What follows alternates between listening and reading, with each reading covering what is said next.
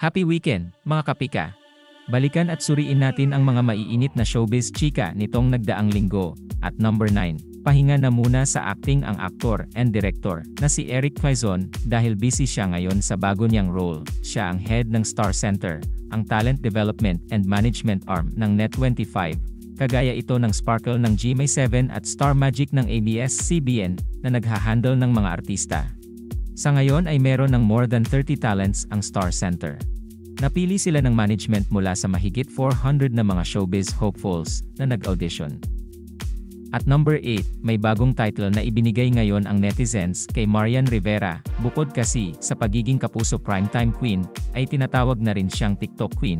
Patok kasi ang mga ina-upload niyang videos sa YouTube, lalo na ang dance video niyang price tag na meron ng mahigit 188.3 million views. Pero ayon kay Marian, hindi pa raw niya kayang i-claim ang title na yan dahil mahigit isang buwan pa lang daw mula nang mahilig siya sa pagtitiktok. At number 7, proud lola si Annabel Rama habang proud mommy naman si Rufa Gutierrez para sa anak niyang si Lorin Bectas. Natupad na kasi nito ang pangarap na magkakotse sa edad na 20. Sa recently uploaded TikTok video ni Lorin, ipinasilip niya ang kanyang bagong sasakyan, isang Mercedes-Benz na bunga raw ng dasal, manifestation, at hard work. Naging emosyonal pa siya dahil hindi niya raw inakalang matutupad niya ang pangarap niyang ito.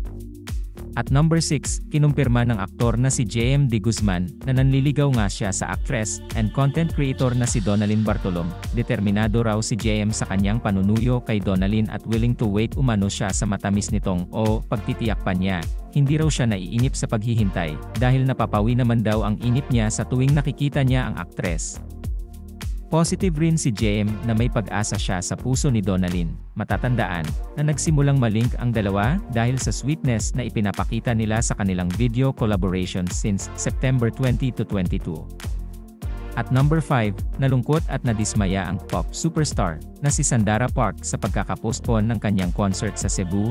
Nakaschedule sana ang kanyang Awake, a New Beginning concert sa September 23 sa City de Mer Events Grounds pero hindi na ito matutuloy, paliwanag ng event producer na Mark Entertainment and Events. Pinostpone daw ang concert ni Sandara dahil sa unforeseen circumstances and unpredictable weather. Malungkot man sa nangyari, nananatiling positibo si Sandara. At number 4, nag-open up ang singer-songwriter na si Moira De La Torre na na-diagnose siya recently na may ADHD o Attention Deficit Hyperactivity Disorder. Hindi raw niya in-expect na meron siya nito dahil ang pagkakaalam niya sa ADHD ay ang pagiging hyper o overly active. Total opposite raw ito sa kanyang personality. However, may mga sounds daw na nakakapagpa-trigger sa kanya para mawala siya sa focus at maputol ang kanyang train of thought. Sa kabila nito, positive pa rin ang pananaw ng OPM hitmaker at sinabing nasa chapter siya ng buhay ngayon kung saan mas kikilalanin pa niya ang kanyang sarili.